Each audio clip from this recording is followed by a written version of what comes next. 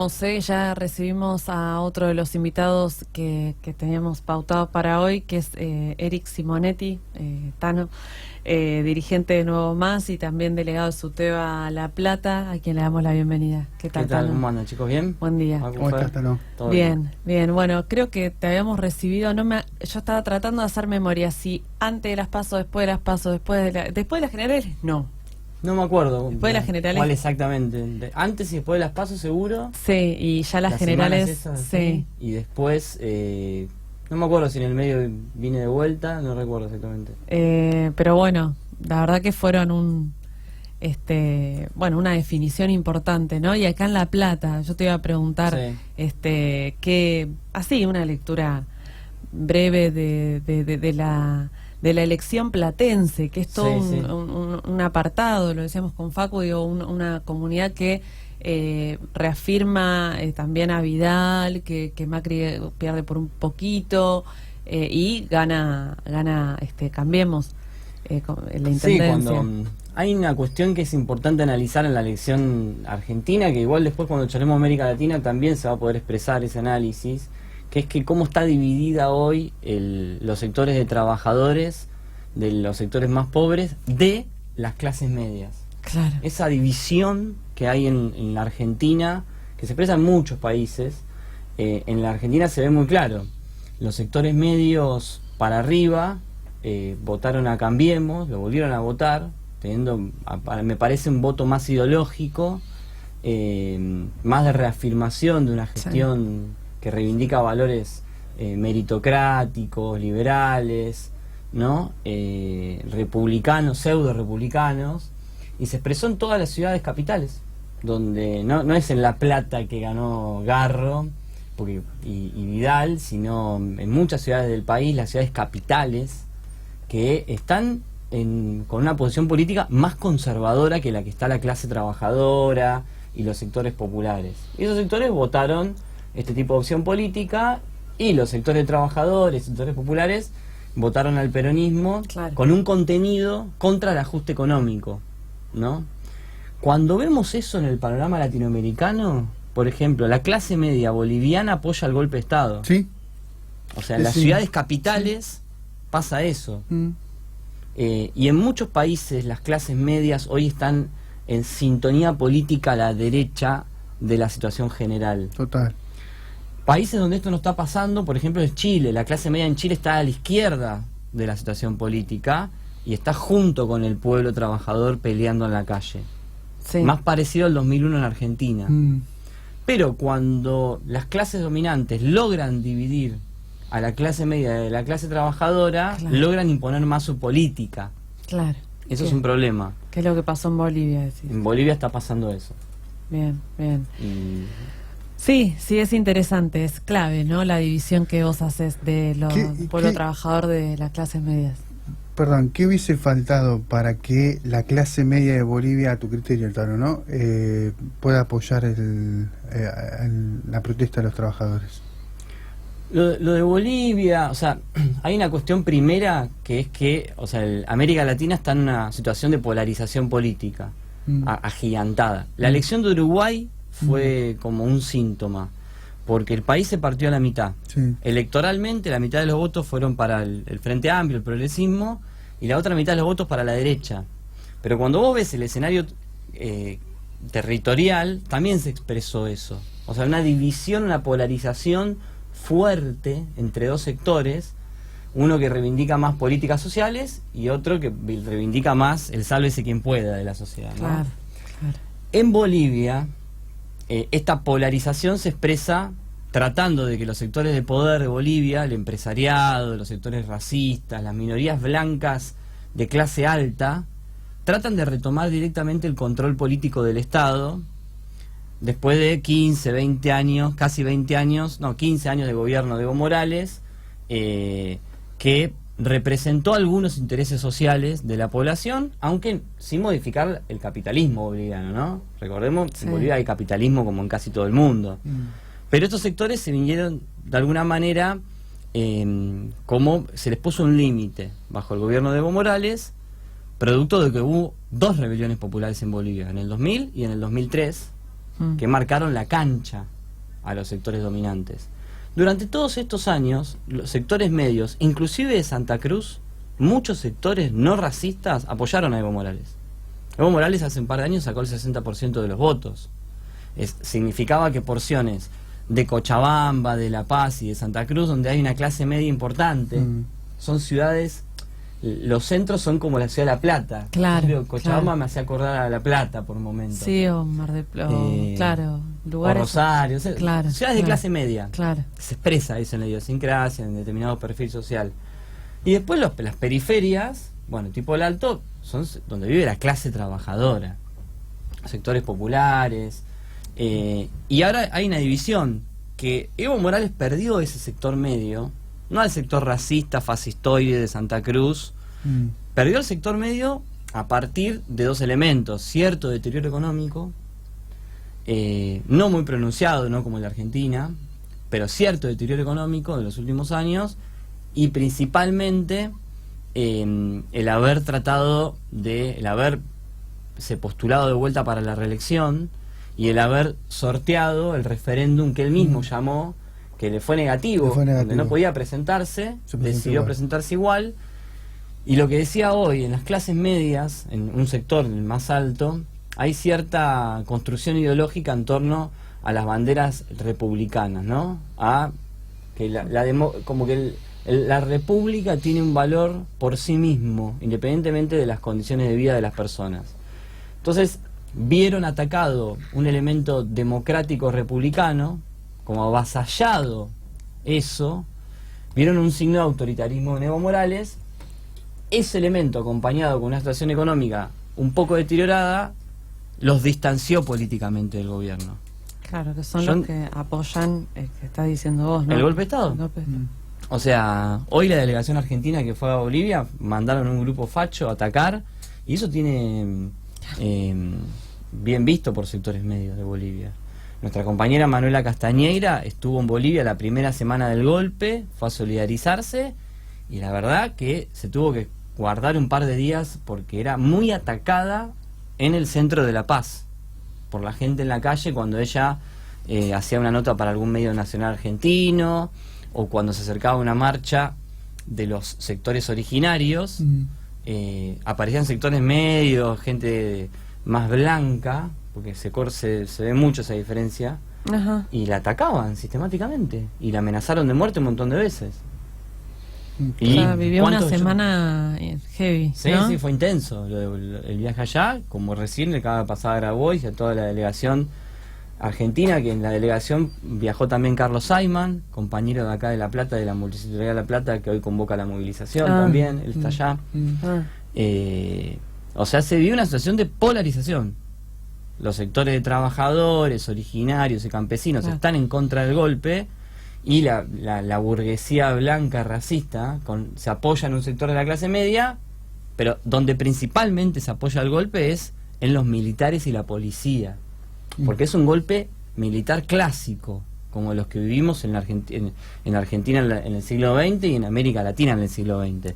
No es más un golpe blando, como se venía hablando en los últimos años, los golpes blandos, ¿se acuerdan? Sí, algunos definen al de la Rúa como golpe blando. El discurso de los medios allá es no hubo golpe, sino que hubo fraude, ¿no? Claro. Ese es el discurso que reina en cambiar un poco la Bolivia. óptica. Que es impresionante, porque ni siquiera la OEA, que fue la que denunció irregularidades en las elecciones de Evo, dio por finalizado el informe de si hubo finalmente o no irregularidades, y ni siquiera habló de fraude. Claro. O sea, fue una construcción más mediática y política tal cual. en Bolivia y acá en Argentina, porque la cantidad de periodistas, inclusive algunos medios pseudo progresistas, que niegan que esto fue un golpe de Estado, es vergonzoso. En la Argentina hemos tenido varios golpes de Estado de este tipo, donde las Fuerzas Armadas intervienen pero no ponen directamente un presidente. O sea, un golpe de Estado, digo, lo de la Rúa se habló también, me acuerdo, pero lo de la Rúa no fue un golpe de Estado, fue una rebelión popular la que echó a de la Rúa. Un golpe de Estado es cuando las instituciones, ¿cómo podríamos llamar?, fundamentales del Estado, las instituciones que no cambian cuando cambia un gobierno, la policía y el ejército, voltean a alguno de los poderes, principalmente al poder ejecutivo. Eso es lo que históricamente desde Francia del siglo XIX se llama coup d'état. O sea, los clásicos golpes de Estado, cuando empezaron a ver hace 200, 150 años, en la época moderna, es cuando el ejército se impone por sobre las formas democráticas. Pero estamos hablando del ejército o la policía, ¿no? Otra cosa es una rebelión popular, que es exactamente lo opuesto a un golpe de Estado. Claro. ¿Por qué? Porque es el pueblo que se levanta contra el Estado. Claro. No el Estado que se levanta contra las formas democráticas. Por eso lo de Chile y lo de Bolivia son dos caras opuestas de una moneda polarizada en América Latina, donde en Chile, como en Colombia o en Ecuador, inclusive te podría decir en otras partes del mundo, como Irak, Hong Kong o el Líbano, es los pueblos, los trabajadores, los que salen a la calle protestando contra las condiciones de vida de miseria, de pobreza y desigualdad, pero al mismo tiempo tenés países donde gobiernos, sectores de la clase dominante, sectores explotadores, asumen el control político del Estado.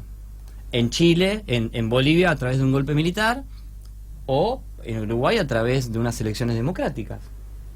El gobierno que está por asumir en Uruguay es un gobierno que va a decir que en Venezuela hay una dictadura, que se va a aliar con el facho Bolsonaro, que va a reconocer a la golpista Áñez en Bolivia y que va a tratar de ser otro satélite más de Estados Unidos. Vos, entre esta coyuntura de Bolsonaro y ahora este país, Uruguay y bueno, Chile ahí con mucha convulsión, pero más que nada Brasil y Uruguay, digo, ¿qué panorama ves en los primeros meses de Alberto, Tano? Alberto Fernández, en contexto internacional me refiero. Tiene un contexto internacional muy complejo y una de las cuestiones que hay que evaluar es cómo va a impactar la situación internacional y latinoamericana en Argentina. Una cosa es cómo impacta en el gobierno y otra cosa es cómo impacta en la sociedad. Claro. Son dos cosas distintas. La sociedad, me estoy hablando a los trabajadores, ¿no? Sí, sí. Es muy contradictorio porque si la rebelión popular en Chile triunfa y cae Piñera y se conquistan algún montón de derechos sociales, la reforma de la Constitución, eso va a fortalecer todas las posiciones a favor de los derechos sociales en América Latina y va a ser un condicionante para Alberto Fernández para las políticas de ajuste que va a implementar si quiere seguir bajo el Fondo Monetario Internacional. Si él dice refinanciamiento de la deuda, aunque sea sin quita, eso es pasar de un stand-by a un acuerdo de facilidades extendidas que implica determinados ajustes económicos. Lo demás sería, si no quiere que haya ajuste, tiene que ir en la ruptura del pago de la deuda. Bueno, por ahora lo de la ruptura no lo dice, así que facilidades extendidas es ajuste. Acá, en China, en todos los países del mundo. O sea, si está bajo el FMI no hay margen sin ajuste. En Uruguay hubo ajuste con el FMI. Bueno, pero digamos, en Portugal, quiero decir. Diferencias vamos a ver en cuanto a políticas, al menos. Sí, de acá. va a ser seguramente muy distinto porque el acuerdo de Macri en stand-by y el que viene son facilidades extendidas. Sí, son pero muy distintos. no me refiero también sacándolo del fondo también. Como gobierno, sí, van a ser gobiernos muy distintos. Una cosa es la derecha macrista, bien liberal, y otra es el peronismo, que nosotros vemos que va a ser un peronismo conservador. No va a ser el kirchnerismo. Claro. Va a ser bastante distinto. Claro. Si te fijas ya el gabinete que están poniendo, no hay un progre solo en el gabinete. Sí, ya Kicillof, que parecía Che Guevara, lo va a poner a Berni en el Ministerio de Seguridad. O sea, un experto en reprimir piquetes. O sea que, no sé, tanto che guevarismo es más por la galería. Pero en la cuestión del impacto en Argentina, si se fortalece la rebelión popular en Chile y si cae por la rebelión popular de Bolivia la dictadura boliviana, que se está asentando bastante igual, va a fortalecer todas posiciones más progresistas en la Argentina. Claro. Y le va a meter miedo tanto a Alberto Fernández como al Fondo Monetario Internacional de aplicar políticas duras de ajuste en Argentina. Ahora, si Piñera se consolida, la rebelión se disipa en Chile La rebelión de Colombia no se desarrolla. En Uruguay empieza a ajustar el nuevo gobierno y no hay resistencia. Y se consolida la dictadura en Bolivia. Las condiciones políticas para los trabajadores en Argentina van a ser mucho peores y el Fondo Monetario Internacional va a tener el atrevimiento de ajustar con más fuerza en Argentina. Claro. Mirá este dato, qué interesante. Antes de ayer salió en varios diarios del mundo una reunión que hubo entre el ministro de Economía de Brasil, Pablo Guedes, creo que es, o Guedes, con el FMI. Y le avisó que iban a suspender todas las contrarreformas, las reformas bien derechistas que está haciendo Bolsonaro, por cautela ante el clima de ebullición social de América Latina. Claro. Ese dato es muy importante porque ya tuvo un impacto favorable este despertar de los pueblos latinoamericanos. Ya le pone un condicionamiento a Brasil. Recordemos que Brasil tuvo un proceso de movilizaciones muy fuertes bajo el gobierno de Dilma, cuando fue el Mundial, ¿se acuerdan? Sí. Es decir, sí. está latente. Está latente, sí. En Brasil eso. Se nota. Imagínense que si fue contra el gobierno de Dilma, en cualquier momento puede ser contra el gobierno de Bolsonaro eso. Yo te quería preguntar en cuanto a, volviendo a Argentina, insisto en Argentina, ¿ves en los primeros meses, digo, esta cuestión del pueblo, y lo charlamos con vos en esto de que Alberto en un momento hizo un gesto como que, por lo menos desde tu óptica, fue como bastante llamativo, que es no salir a la calle y demás? Claro. ¿Cómo ves los primeros meses por ahí con un pueblo que va a seguir intentando estar en la calle en el reclamo, o lo vas a ver como más replegado ya con el albertismo instalado y todo queda como un statu quo? Me parece que hay una justa expectativa entre los trabajadores de que el próximo gobierno venga a hacer cosas que nos beneficien, que nos aumenten el salario, que empiece un proceso de recomposición del poder adquisitivo, que baje la inflación, que paren los tarifazos. Hay una expectativa muy fuerte y es lógico que durante los primeros tiempos del próximo gobierno los trabajadores esperen que empiece a haber noticias a favor suyo. Claro, ¿no? claro. Entonces vamos a convivir con una situación donde un gobierno que probablemente tome algunas medidas progresistas en un comienzo, ¿no? Vamos a ver qué hace con el aborto, que él dijo que ahora avanzaría para ese lado, su producto de la gran lucha que dieron las compañeras, y lo que sí, probablemente entremos en un proceso de negociación muy duro con tanto con el Fondo Monetario Internacional como con toda la deuda privada. Bien. Eso probablemente genera una inestabilidad económica y política en la Argentina durante los próximos meses, si es que la negociación es dura. Si es una negociación blanda, onda, te firmo lo que sea, no va a haber mucha inestabilidad. Pero como las condiciones de pago son imposibles, o sea, no hay mucho margen para pagar, igual los pagos empiezan del otro año al Fondo Monetario. Lo que tenemos en el que viene son muchos pagos a acreedores privados. Claro. Y la mayoría son de Argentina igual. Va a haber una negociación, eso va a generar toda una inestabilidad política, donde seguramente la sociedad esté muy pendiente de cómo salga eso. Es como que de alguna manera el resultado electoral del 11 de agosto hasta el 10 de diciembre generó un paréntesis en los desarrollos y en las resoluciones de los problemas de la Argentina. Y a partir del 11 de diciembre vamos a empezar a ver una decantación de los problemas. Tanto los problemas macroeconómicos, como se dice, cómo resolver el problema de la deuda, como las cuestiones sociales. Por ejemplo, en la provincia de Buenos Aires hay 11.000 contratados que están en una situación transitoria de inestabilidad laboral, en el estado provincial estoy hablando. ¿Qué va a hacer Axel Kicillof cuando asuma? ¿Va a renovar todos los contratos o va a dejar 11.000 trabajadores en la calle? Esto que yo me pregunto se lo preguntan miles de trabajadores en la provincia de Buenos Aires. Por eso hubo una movilización de ATE el otro día para decir acá estamos nosotros. Claro. Renueven el contrato. Aclararon que el pedido era Socia Vidal, que los nombres Vidal. Pasa que está bien que lo haga, buenísimo, pero si no lo hace tenés 20 días para que lo haga Kicillof antes que los contratos se terminen el 31 de diciembre. Yo no tengo mucha expectativa ya que Vidal lo haga. Claro. Entonces ya hoy salir a la calle ya es dirigido a... ¿no? Claro. Y es más dirigido a lo que viene. Es concreto. Entonces ahí tenés una cuestión. ¿Se va a resolver eso?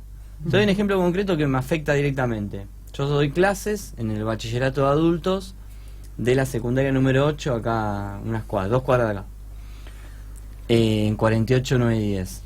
El tercer año de bachillerato de adultos es el único que queda después de que Vidal lo cerró. Sí. Cuando asuma Kicillof el 11 de diciembre, ¿va a reabrir los bachilleratos de adultos como ellos mismos protestaron cuando Vidal lo cerró? O sea, ¿va a anular la resolución que lo cerraba? Bueno, esto se preguntan muchos trabajadores de la educación hoy. Por ejemplo, todos mis compañeros del bachillerato. Y así, 350 creo que hay en toda la provincia. Sí, hubo medidas muy... Digo, esto es lo que va a empezar a decantar. Por eso hay tanta expectativa. Seguro. O, por ejemplo, los trabajadores del Hospital Posadas. ¿Se acuerdan que hubo un montón de despidos? Todo ese tiempo los convencieron de que había que votar al peronismo en el hospital para que los reincorporen.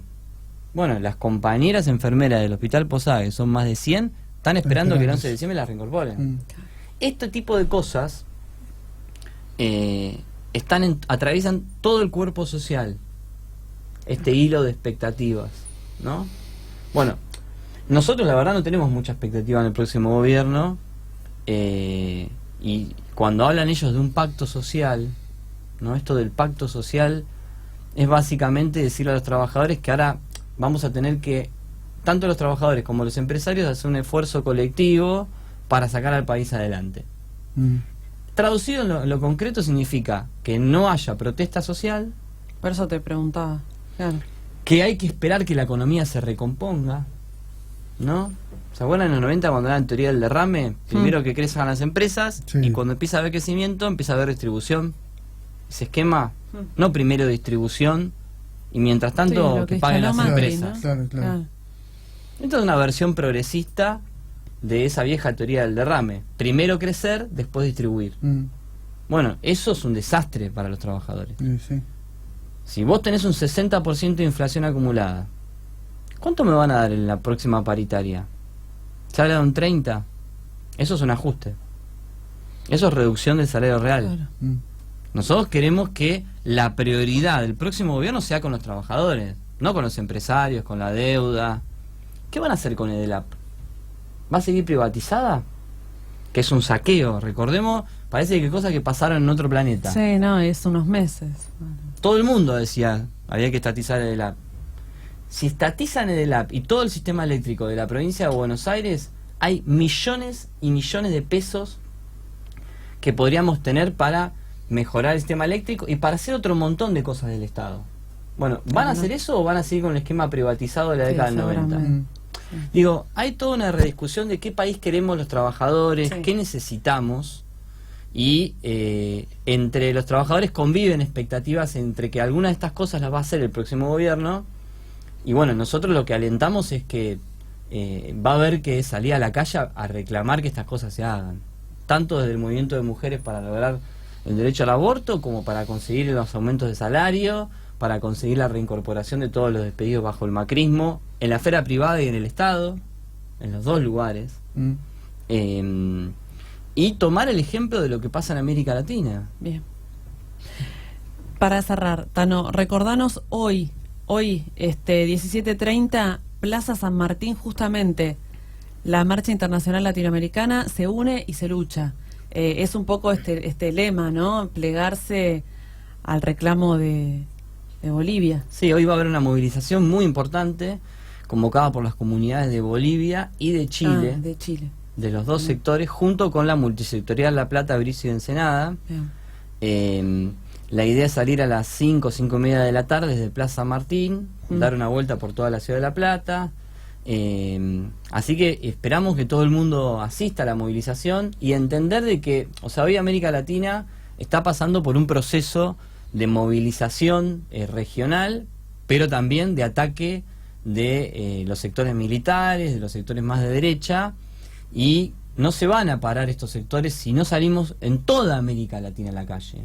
Por eso me parece que no es solo una marcha en apoyo a otro país, sino para ayudar a que el conjunto de los pueblos latinoamericanos nos pongamos de pie para pelear por nuestros derechos y defender un montón de conquistas democráticas y no naturalizar de que los militares tengan una presencia activa en la vida política en nuestros países, como está pasando en Ecuador, en Colombia, en Chile, en Bolivia, que ahora están los militares en las calles, o sea, resolviendo los destinos del país, ¿no?